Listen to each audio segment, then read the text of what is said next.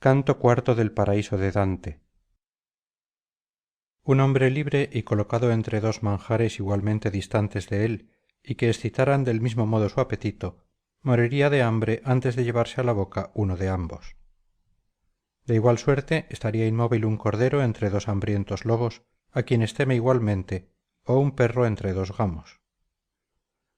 Por esta razón no me arrepiento de haber guardado un silencio necesario, pues me tenían igualmente en suspenso dos dudas, pero tampoco me alabo de él. Yo callaba, pero mi deseo estaba pintado en mi rostro y en él aparecía más calurosa mi pregunta que si la hubiera expresado por medio de palabras. Beatriz hizo lo que Daniel al librar a Nabucodonosor de aquella cólera que le había hecho cruel injustamente, y me dijo: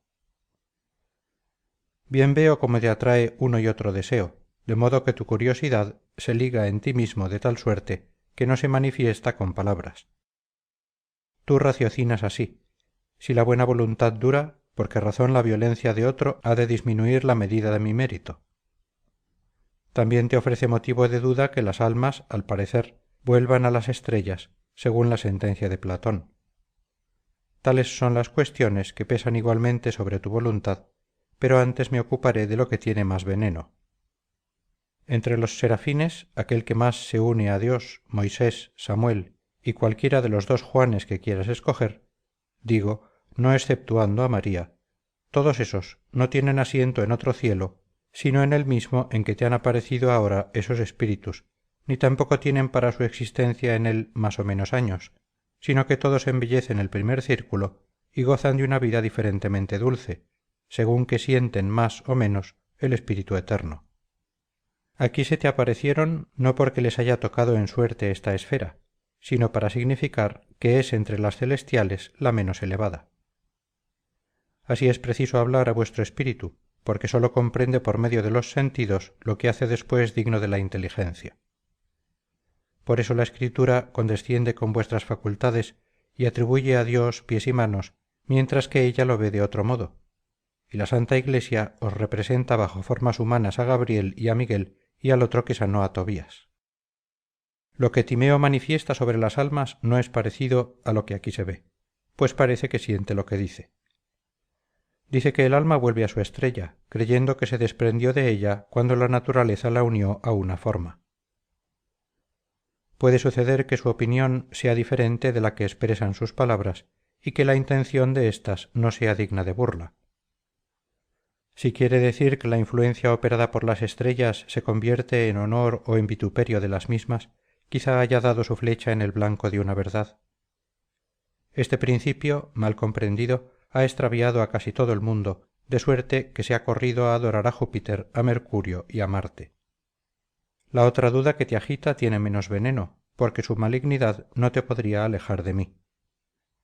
Que nuestra justicia parezca injusticia a los ojos de los mortales es un argumento de fe y no de herética malicia. Pero como puede vuestro discernimiento penetrar bien esta verdad, te dejaré satisfecho según deseas. Si hay violencia cuando el que la sufre no se adhiere en nada a aquel que la comete, aquellas almas no pueden servirse de ella como excusa, porque la voluntad, si no quiere, no se aquieta, sino que hace lo que la naturaleza en el fuego, aunque la tuerzan mil veces con violencia. Por lo cual, si la voluntad se doblega poco o mucho, cede a la fuerza, y así hicieron aquellas, pues pudieron haber vuelto al sagrado lugar. Si su voluntad hubiera sido firme, como lo fue la de Lorenzo sobre las parrillas, y como la de Mucio al ser tan severo con su mano, ella misma las hubiera conducido al camino por donde las habían arrebatado cuando se vieron libres, pero una voluntad tan sólida es muy rara. Por estas palabras, si es que las has recogido como debes, queda destruido el argumento que te hubiera importunado aún muchas veces. Pero se atraviesa otra dificultad ante tus ojos, y tal que por ti mismo no sabrías salir de ella, antes bien te rendirías fatigado. He dado como cierto a tu mente que el alma bienaventurada no podía mentir porque está siempre próxima a la primera verdad. Enseguida habrás podido oír por picarda que Constanza había aguardado su inclinación al velo, de manera que parece contradecirme. Muchas veces, hermano, sucede que por huir de un peligro se hace con repugnancia aquello que no debería hacerse, como Alcmeón, que a instancias de su padre mató a su propia madre, y por no perder la piedad se hizo despiadado. Quiero que pienses sobre ese punto, que si la fuerza y la voluntad obran de acuerdo, resulta que no pueden excusarse las faltas. La voluntad absoluta no consiente en el daño, pero consiente en él en cuanto teme, si se retira, caer en mayor pena. Cuando Picarda, pues, se expresa como lo ha hecho, entiende que habla de la voluntad absoluta y yo de la otra, de suerte que ambas decíamos la verdad.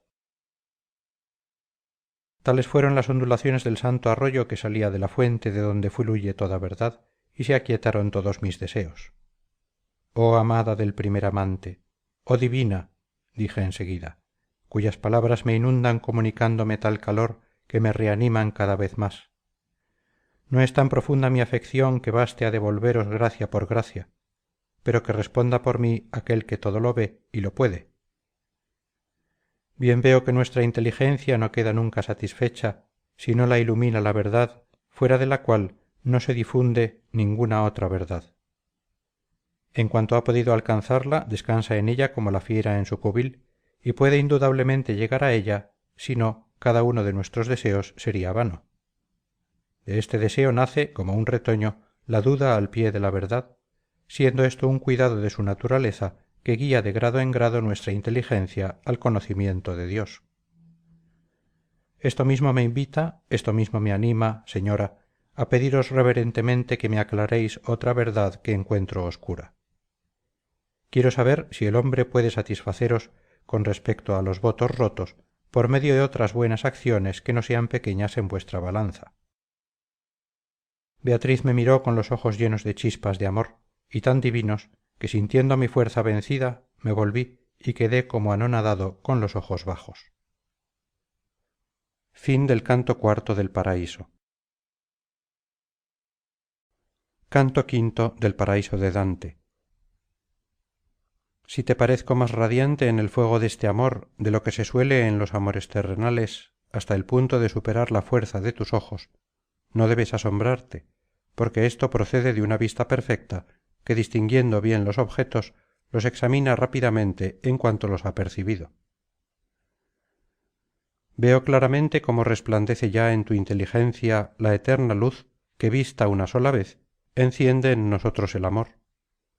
Y si otra cosa seduce el vuestro solo, es un vestigio mal conocido de aquel resplandor que luce a través de estas cosas. Tú quieres saber si con otras buenas acciones puede satisfacerse el voto no cumplido, de modo que el alma esté segura de todo debate contra la justicia divina. Así empezó Beatriz este canto, y como hombre que no interrumpe su razonamiento, continuó de este modo su santa enseñanza. El mayor don que Dios, en su liberalidad, nos hizo al crearnos, como más conforme a su bondad, y el que más aprecia, fue el de la libertad de la voluntad, de que fueron y están dotadas únicamente las criaturas inteligentes. Ahora conocerás, si raciocinas según este principio, el alto valor del voto, si éste es tal que Dios consiente cuando tú consientes. Porque al cerrarse el pacto entre Dios y el hombre, se le sacrifica ese tesoro de que hablo, y se le sacrifica por su propio acto. Así pues, ¿qué se puede volver en cambio? Si crees hacer buen uso de lo que has ofrecido, quieres hacer una buena obra con una cosa mal adquirida. Ya conoces, pues, la importancia del punto principal. Pero como la Santa Iglesia da sobre esto sus dispensas, lo cual parece contrario a la verdad que te he descubierto, es preciso que continúes sentado un poco a la mesa, porque el pesado alimento que has tomado requiere un poco de ayuda para pasar. Abre el espíritu a lo que te presento y enciérralo en ti mismo, pues no proporciona ciencia alguna oír sin retener. Dos cosas son necesarias a la esencia de este sacrificio. Una es la materia del voto y otra el pacto que se forma con Dios. Esta última no se borra jamás, si no es observada, y con este motivo te he hablado antes en términos precisos. Por esta causa fue una necesidad para los hebreos el ofrecer, aunque muchas veces la oferta sufrió una variación como debes saber. La otra, que te he dado a conocer como materia del sacrificio, puede ser tal que no se cometa yerro alguno al cambiarla en otra materia, pero que ninguno por su propia autoridad cambie el fardo de su espalda sin la vuelta de la llave blanca y de la llave amarilla. Crea que todo cambio es insensato si la cosa abandonada no está contenida en la elegida como el 4 está contenido en el 6. Todo lo que pese tanto por su valor que incline hacia su lado la balanza no puede reemplazarse con otra obra. Que los mortales no tomen el voto como cosa de chanza. Sed fieles y al comprometeros no seáis ciegos como lo fue Jefté en su primera ofrenda, porque más le valía haber dicho hice mal que hacer otra cosa peor al cumplir su voto. Tan insensato como a él puedes suponer al gran jefe de los griegos, quien obligó a Ifigenia a llorar por su hermoso rostro, e hizo llorar por ella a los necios y a los sabios cuando oyeron hablar de semejante culto. Cristianos, sed más lentos en vuestros movimientos, no seáis como la pluma a todo viento, ni creáis que toda agua pueda lavaros. Tenéis el Viejo y el Nuevo Testamento, y al pastor de la Iglesia que os guía. Baste esto para vuestra salvación. Si una censurable ambición os llama hacia otra parte, sed hombres y no locas ovejas, de suerte que el judío no se ría de vosotros entre vosotros. No hagáis como el cordero que deja la leche de su madre, y sencillo y alegre combate a su placer consigo mismo. Así me habló Beatriz según lo escribo. Después se volvió anhelante hacia aquella parte donde el mundo es más vivo. Su silencio y la mudanza de su semblante impusieron silencio a mi ávido espíritu, que tenía ya ante sí nuevas preguntas. Y como la saeta queda en el blanco antes de que haya quedado en reposo la cuerda, así corrimos hacia el segundo reino. Allí vi yo tan contenta a mi dama cuando penetró en la luz de aquel cielo, que el planeta se volvió más resplandeciente. Y si la estrella se transformó y rió, cuánto más alegre estaría yo que por mi naturaleza soy en todos sentidos transmutable. Como en un vivero, que está tranquilo y puro, acuden solícitos los peces al objeto procedente del exterior por creerlo su pasto, así vi yo más de 1000 esplendores acudir hacia nosotros, y a cada uno de ellos se oía exclamar: «He aquí quien acrecentará nuestros amores». Y tan pronto como cada cual se nos acercaba, veíase a la sombra llena de júbilo en el claro fulgor que de ella salía.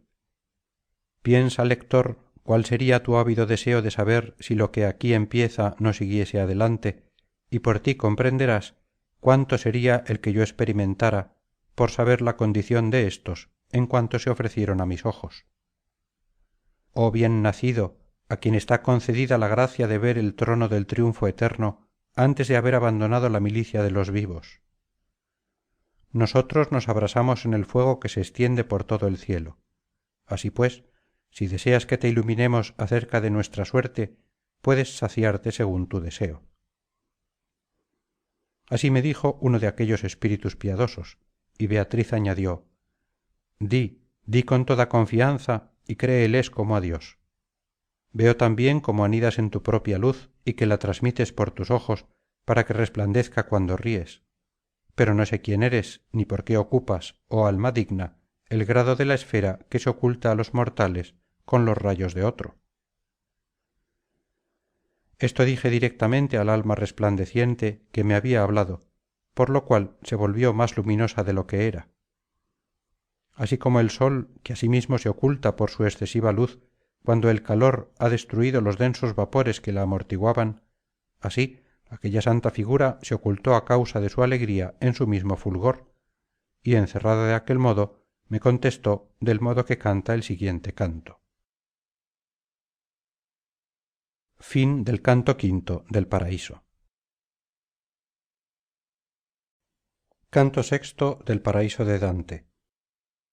Después que Constantino volvió el águila contra el curso del cielo que antes siguiera tras el antiguo raptor de Lavinia, 100 años y más permaneció el ave de Dios en el extremo de Europa, próxima a los montes de que primitivamente había salido, y bajo la sombra de las sagradas plumas gobernó allí el mundo pasando de mano en mano hasta que en estos cambios llegó a las mías.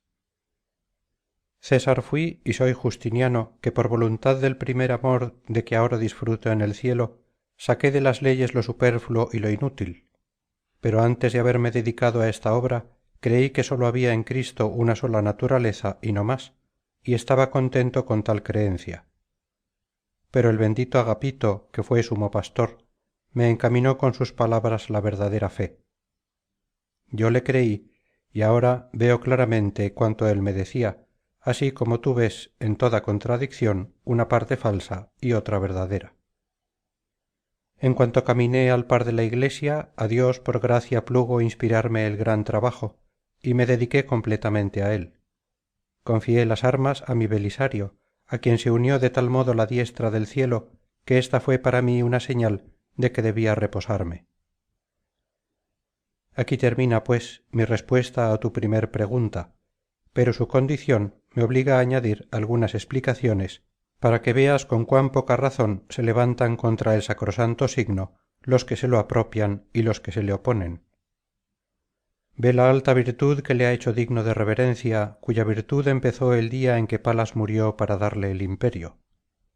Tú sabes que aquel signo fijó su mansión en el alba por más de 300 años, hasta el día en que 3 contra 3 combatieron por él. ¿Sabes lo que hizo bajo 7 reyes, desde el robo de las Sabinas hasta el dolor de Lucrecia? ¿Sabes lo que hizo llevado por los egregios romanos contra Breno, contra Pirro, contra otros príncipes y coaligados, por lo cual Torcuato y Quintio, que recibió un sobrenombre por su descuidada cabellera, los Decios y los Fabios conquistaron un renombre que me complazco en admirar?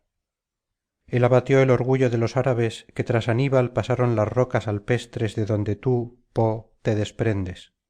Bajo él triunfaron siendo aún muy jóvenes Escipión y Pompeyo, y el triunfo de éste apareció amargo a aquella colina bajo la que naciste. Después, cerca del tiempo en que todo el cielo quiso reducir al mundo al estado sereno de que es modelo, César lo tomó por la voluntad del pueblo romano, y lo que aquel signo hizo desde el Var hasta el Rin lo vieron el Isere y el Saone, y lo vio el Sena, y todos los ríos que afluyen al Ródano.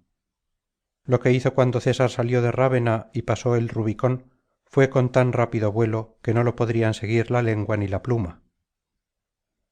Hacia la España dirigió sus tropas, después hacia Durazzo, y a Farsalia hirió de tal modo que hasta en las sólidas orillas del Nilo se sintió el dolor. Volvió a ver a Antandro y a Simoente, de donde había salido, y el sitio donde reposa Héctor. Después se alejó de nuevo con detrimento de Ptolomeo. Desde allí cayó como un rayo sobre Juba, y luego se dirigió hacia nuestro occidente, donde oía la trompa pompeyana. Lo que hizo con el que lo llevó enseguida lo ladran Bruto y Casio en el infierno, y de ello se lamentan también Módena y Perusa. También llora la triste Cleopatra, que huyendo ante él recibió de un áspid muerte súbita y cruel. Con él corrió enseguida al mar Rojo, con él estableció en el mundo paz tan grande que se cerró el templo de Jano. Pero lo que el signo de que hablo había hecho antes y lo que debía hacer después por el reino mortal que le estaba sometido es en apariencia poco y oscuro, si, viéndole en manos del tercer César, se le considera con ojo claro y con afecto puro. Porque la viva justicia que me inspira le concedió, puesto en manos de aquel a quien me refiero, la gloria de vengar la cólera divina. Admírate, pues, ante lo que voy a repetirte. Con Tito corrió enseguida a tomar venganza de la venganza del pecado antiguo. Cuando el diente lombardo mordió a la Santa Iglesia, venciendo Carlomagno bajo sus alas, acudió en su socorro. En adelante puedes juzgar de los que he acusado más arriba y de sus faltas, que son la causa de todos vuestros males. El uno opone a la enseña común las amarillas lises y el otro se la apropia no pensando más que en su partido, de suerte que es difícil comprender cuál comete mayor falta.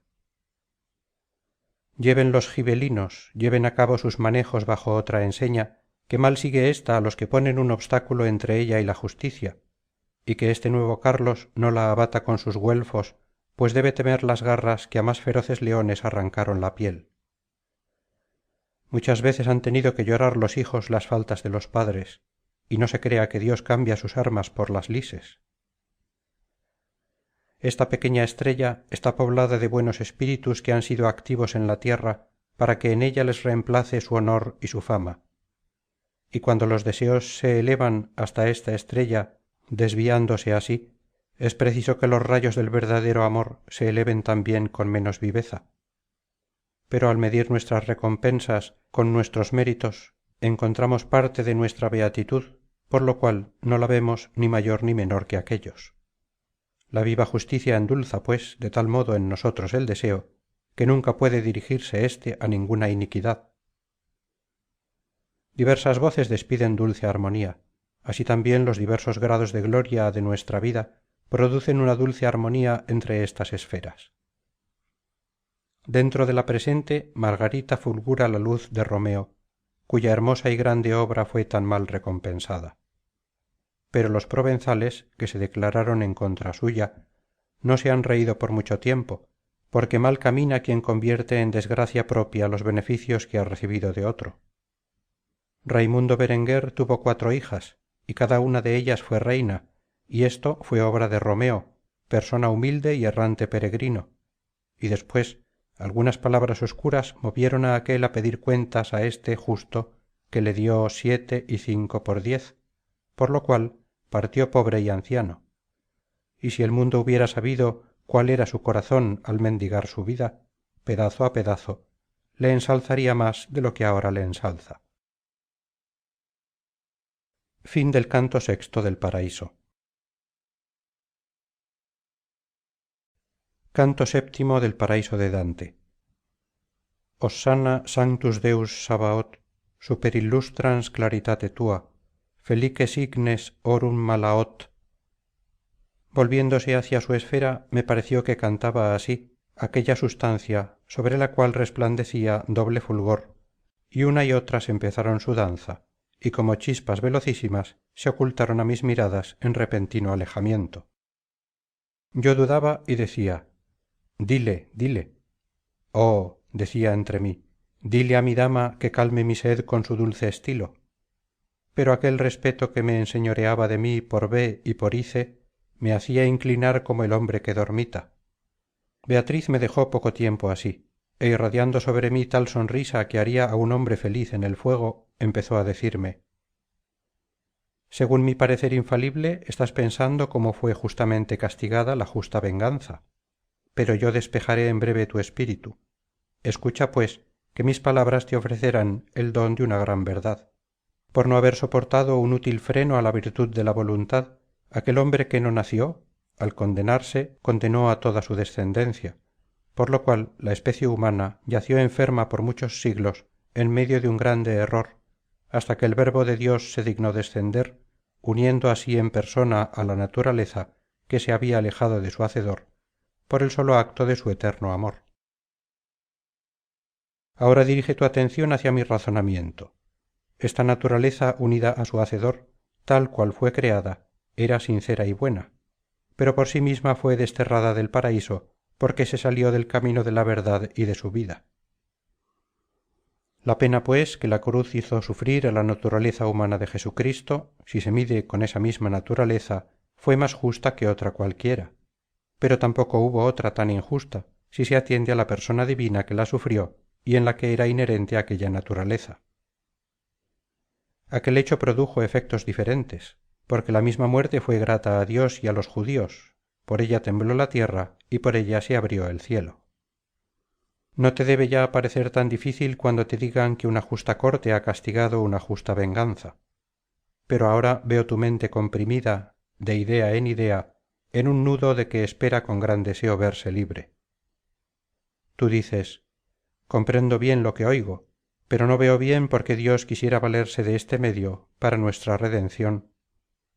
Este decreto, hermano, está velado a los ojos de todo aquel cuyo espíritu no haya crecido en la llama de la caridad. Y en efecto, como se examina mucho este punto y se le comprende poco, te diré por qué fue elegido aquel medio como el más digno. La divina bondad que rechaza de sí todo rencor, ardiendo en sí misma lanza chispas, de suerte que hace brotar las bellezas eternas. Lo que procede inmediatamente de ella sin otra cooperación no tiene fin, porque nada hace cambiar su sello una vez impreso.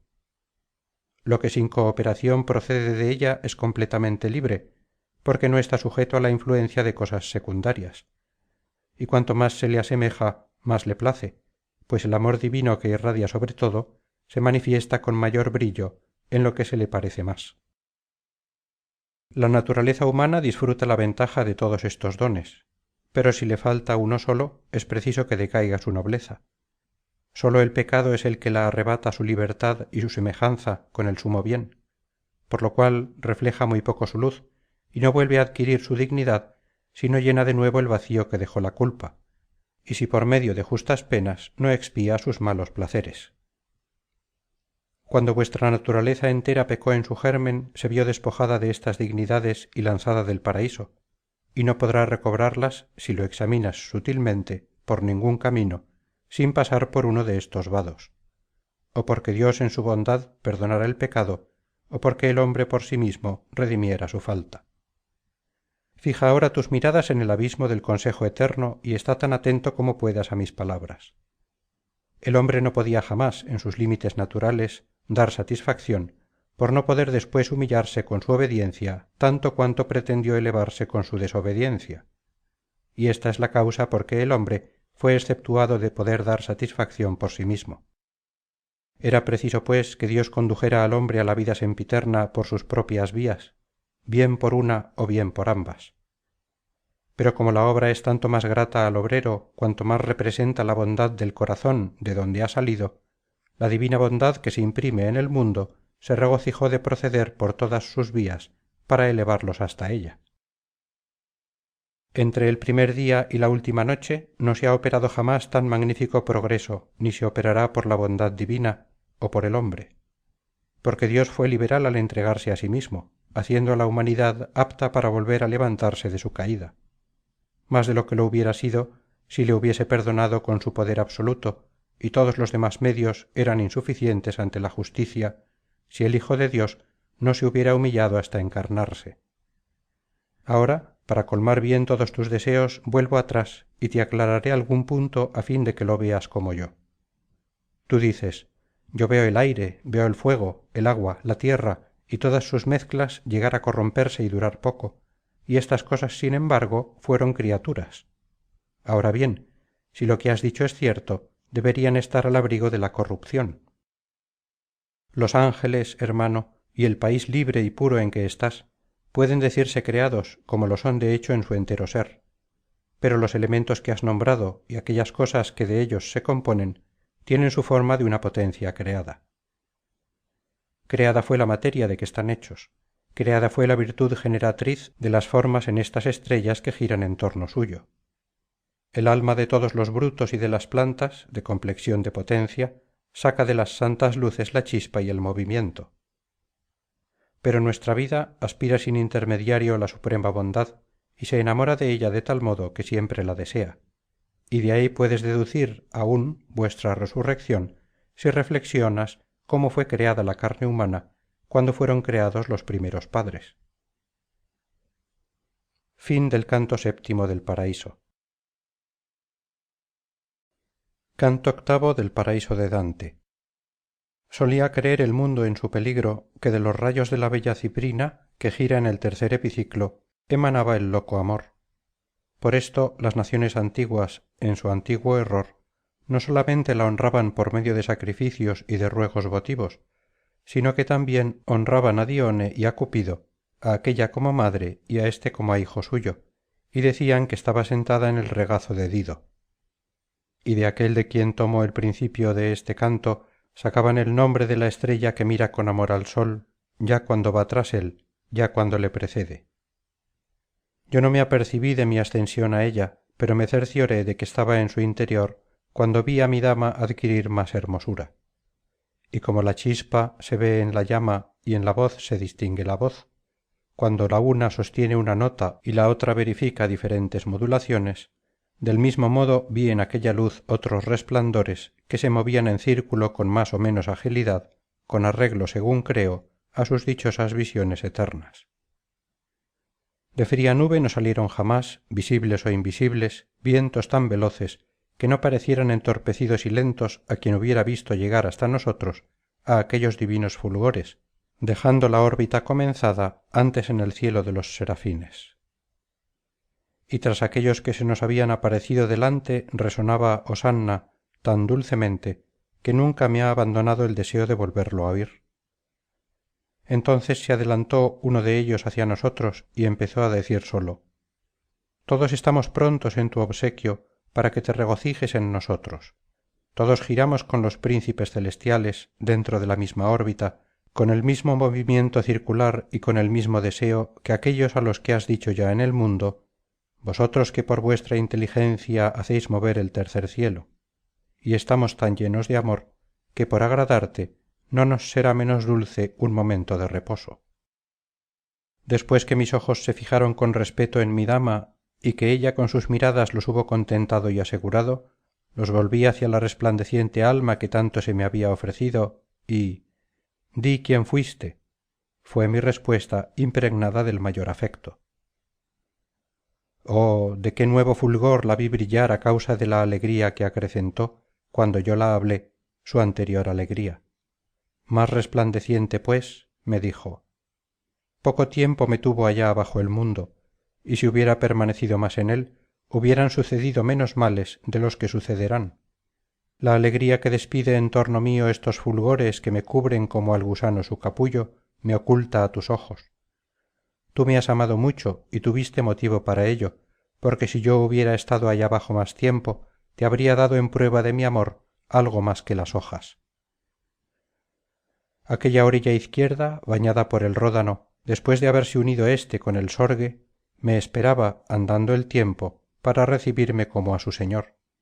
Como también aquella punta de la Ausonia, donde se elevan Bari, Gaeta y Crotona, y donde el Tronto y el Verde desembocan en el mar.